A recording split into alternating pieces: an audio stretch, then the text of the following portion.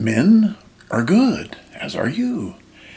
Today we're talking about false accusations, and how they're killing men. I mean, literally, false accusations are killing men. And what are men falsely accused of? Let me count the ways: sexual assault, child abuse, rape, domestic violence, all kinds of things they're accused of. And man, a false accusation will wipe you out. I mean, it's a total wipeout.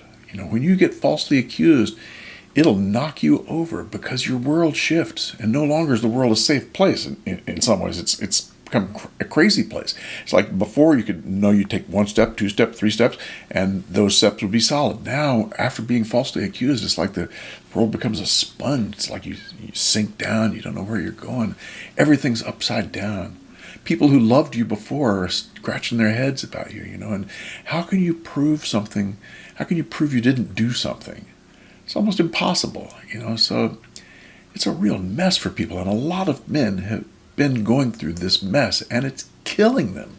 They end up in jail, they end up divorced, they end up being accused of child abuse, and they have then early death, after all all the grief that comes from all this stuff. I mean, it's a lot of grief involved in false accusation.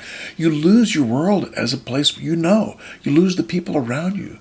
In divorce, you lose the children you love. You lose the house you had. You lose your dreams of what's going to happen.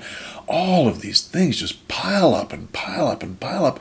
And then you go out into the culture where no one gives a shit about you. No one wants to hear anything about you, nor do they want to hold your hand and say, I'm sorry this happened to you. You're in a world where no one really cares, and you've got all this stuff piled up. So it's a mess for men. It's very difficult. And yes, it is killing men. Men dying early from all the grief, men dying in jail, men dying by suicide. I mean, it's tough. But let's think about this false accusation thing. Now, all the things we said, what did we say? We said domestic violence, sexual assault, child abuse, rape, all of those things. What do they have in common? Let's see, what do they have in common? One of the things they have in common is that it's all women making the accusation. How about that? In fact, do you think that it's more women making false accusations than men? I think so. That's been my experience anyway. How about you? And why is that? I think we know more about why that is now than we ever have before, because we know a little bit more about what it takes to be a false accuser. And let's talk a little bit about that. It takes at least 2 things. It takes a devious mind to begin with, but it takes at least 2 more things. And that is, you have to be able to appear to be a victim. If you're going to make a false accusation stick, you have to look like a victim. If you're Hercules, you're not going to falsely accuse anybody, right? It ain't going to work. And we know now from the research of the moral typecasting that guess what? People automatically see women as potential victims. And they automatically see men as someone who has agency. That is, not victim, someone who can get things done. And so that's why it's less likely, I think, for men to be able to falsely accuse. Men will certainly lie about this and that. I mean, I'm not saying men are, completely free of this kind of thing, but I think it's easier for women because they have this automatic assumption that they're victims, and they use it. But there's another thing you need. You need to be able to be seen as a victim, but you also need some sort of status. You've got to have some sort of status. Without status, no one's going to give a crap, right? I mean, think about it. Driving down the highway, you see some cutie pie pull over with a flat tire. What do you usually see? You usually see 2 or 3 cars of guys that have gotten out to help her. Oh, I can do this, I can do that, rah, rah, rah, rah, rah, rah. You see some poor guy, you or me, pull over to the side of the road with a flat tire. Are people going to pull over to help him? No. No, the woman's status of being attractive is important, and it helps her with this idea of, I'm tied to the tracks. I've been hurt. I've been hurt by him. He did the hurting, and it sticks because A, she's got status, and B, she can be seen as a possible victim, pulling in all the white knights.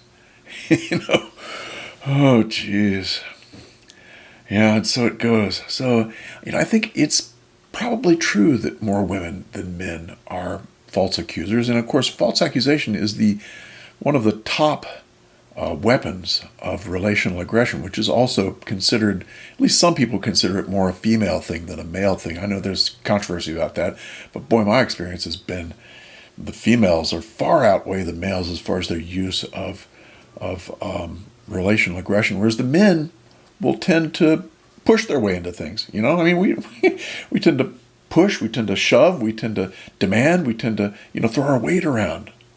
And women tend to use relational aggression, which is more gossip, backdoor stuff, false accusations, things like that. Things that can be denied.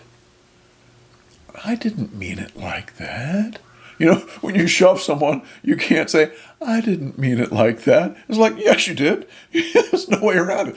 But the relational aggression stuff, it's easy to sort of weasel out of it by saying, I didn't mean that. Oh, the gossip, I didn't start that gossip.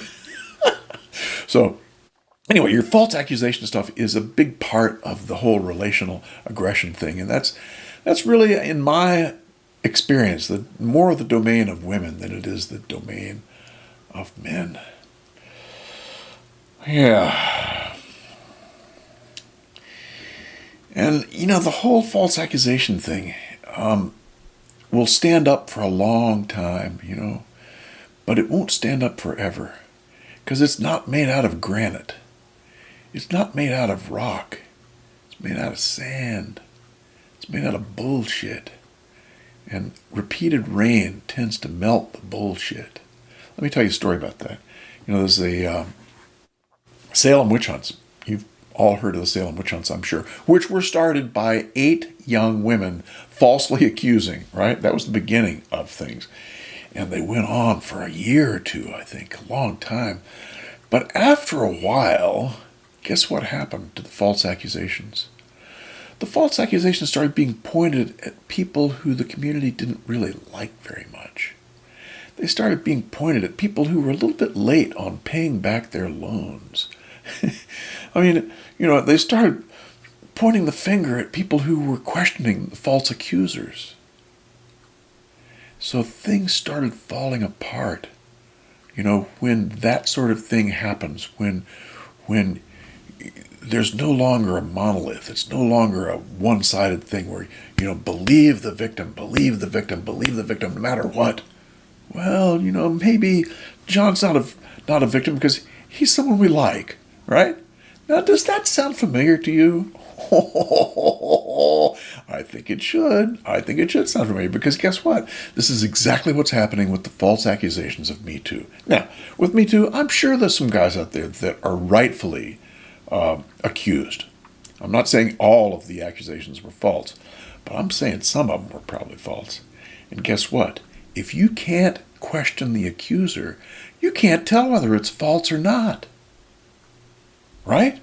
You simply cannot tell whether it's false or not. So believe the woman, what does that say? That says disbelieve the guy, right? There's no way around it. There's no way around it. And there's no way then to change that. You're stuck. But guess what? The Me Too thing, just like the Salem stuff, is starting to melt a little bit. And how is that happening? It's happening because at first it was all about believe the woman no matter what. Believe the woman no matter what. But then along comes Joe Biden. Along comes Joe Biden. And no longer are people saying, believe the woman no matter what. It's like he's one of the people that he's liked. He's not someone in the community that's disliked.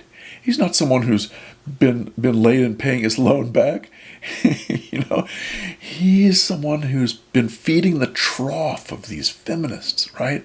He's been doing it for years and years, and so they're going to change their way with old Joe. And change their way they do. Oh my goodness. Just look at some of the stuff that's come out lately. Let's start with the shrieker of the house, Nasty P. Loser. Yeah, the shrieker of the house. What did she say about Kavanaugh?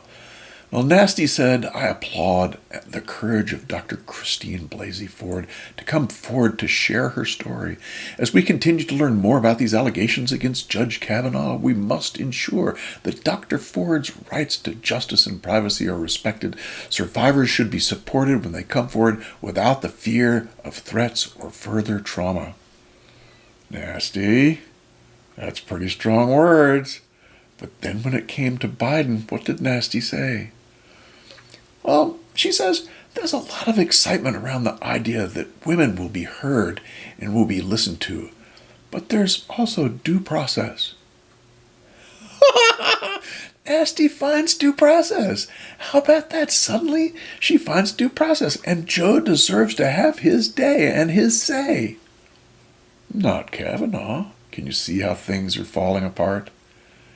Things are falling apart, and the, what would you call them? The phony, double-dealing, fraudster, duplicitous, hypocrite, bigot, two-faced quacks are showing their hand. They're looking like they really are. And then we have, Nasty said one more thing. A person of great value, she said. And she has great comfort in the situation. So she loves old Biden. She loves old Biden. Joe must not have done it. He's a good guy, right? Falling apart. Then we have Princess Warren. Dr. Ford's testimony was credible and compelling. I believe Dr. Ford, she says. We never hear the stories of millions of sexual assault survivors, but some make the very difficult and personal decision to come forward and tell their stories. They, like all survivors, are courageous, and they deserve to be heard and treated with respect, not dismissed, not attacked, and not threatened.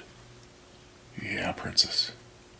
Yeah, but then Biden comes along, and what does Princess say? She says, I appreciate the vice president took a lot of questions, tough questions. Warren said on Monday, adding that Biden has faced the allegations directly and respectfully. I support the vice president. I support his campaign, and I'm proud to endorse him for president, she said. So much for believe the woman. Yeah, Princess Warren, strike three. You're out. And then we come to Senator, what is her name? Senator Macy Her? Oh, no. Yeah. Senator Macy Her? Oh, no. And oh, no said, not only do women like Dr. Ford who bravely come forward need to be heard, but they need to be believed. Guess who's perpetuating all of these kinds of actions? It's the men in this country, and I just want to say to the men in this country, just shut up and step up. Do the right thing for a change. Oh, no, nasty. Then let's fast forward to her comment about Joe Biden. Joe not only brings years of committed leadership to the presidency, but also empathy and humanity forged by his own personal experiences with tragedy and pain. Empathy and the humanity sadly lacking in the current president. Her? Oh, no, said. It's falling apart, boys and girls. If you can say that for one, you got to say it for all. And then we come to Kirsten Bildebrand. Kirsten Bildebrand. She says, I believe Dr. Ford because she's telling the truth. And you know it by her story. She's asking for the FBI to investigate. And then when it comes to Biden, Kirsten says, no. And I stand by Vice President Biden. He has devoted his life to supporting women, and he has vehemently denied this allegation. So he must be right. Believe Biden. We ought to have that hashtag, Believe Biden. Because that's what they're talking about. And then we come to good old Stacey Abrams. Stacey Abrams says about Kavanaugh after the courageous and compelling testimony from Dr. Christine Blasey Ford yesterday, it's shameful that Kavanaugh's nomination is being rushed forward, Abrams said. I believe women and I believe survivors of violence always deserve to be supported and have their voices heard. Then Stacey says, they, the New York Times, found that the accusation was not credible. She said, I believe Joe Biden. Stacey, falling apart farther and farther. I believe Biden. And let's look at old creepy Biden, creepy Joe Biden for just a second. You know, what about Joe? For crying out loud. I mean, listen to this. Biden says, for a woman to come forward in the glaring lights of focus nationally, you've got to start off with the presumption that at least the essence of what she's talking about is real. Whether or not she forgets facts, whether or not it's been made worse or better over time, but nobody fails to understand that this is like jumping into a cauldron. Probably meant a fiery cauldron. But wait a minute. Joe. Joe's the one that set up the Domestic Violence Act, the VAWA, which consciously and intentionally ignores the pain of men, but focuses only on women. And trust me, Biden knows that there are male victims, and he has intentionally not allowed anything to creep into that bill that would be of benefit to men. Only women. I've watched it year after year after year. His intentional actions to keep men down and to make sure they do not get services. That's disgusting. But even worse, you know, Joe was the grandfather of the Title IX Dear Colleague letter. What did that do? Oh boy, men were falsely accused of sexual stuff on campus no longer had a voice because of dear old Joe. They couldn't confront the abuser, or the accuser, I mean. The abuser, yeah, that's probably true. That was a good slip. They couldn't confront her. They couldn't even see that evidence that's up against him. I mean, his voice was completely cut off. And frankly, I would love to see Joe now have to go through the same thing that thousands of young men have been going through. And Joe, by the way, you know, we're getting about over 100 new suits a year against colleges for boys, young men who have been falsely accused of sexual stuff in college. And it's all because of your dumbass Dear Colleague letter. So thanks a whole lot. And I really do think that Joe needs to get the same treatment these boys have gotten. That would only be fair. Oh boy. So Joe, maybe it's time you tasted a little bit of your own medicine, don't you think? And maybe that's enough for today. False accusations be damned, and Me Too is falling apart. You know, believe Biden is falling apart like the other false accusations, and let it fall. We'll see you. Men are good, as are you.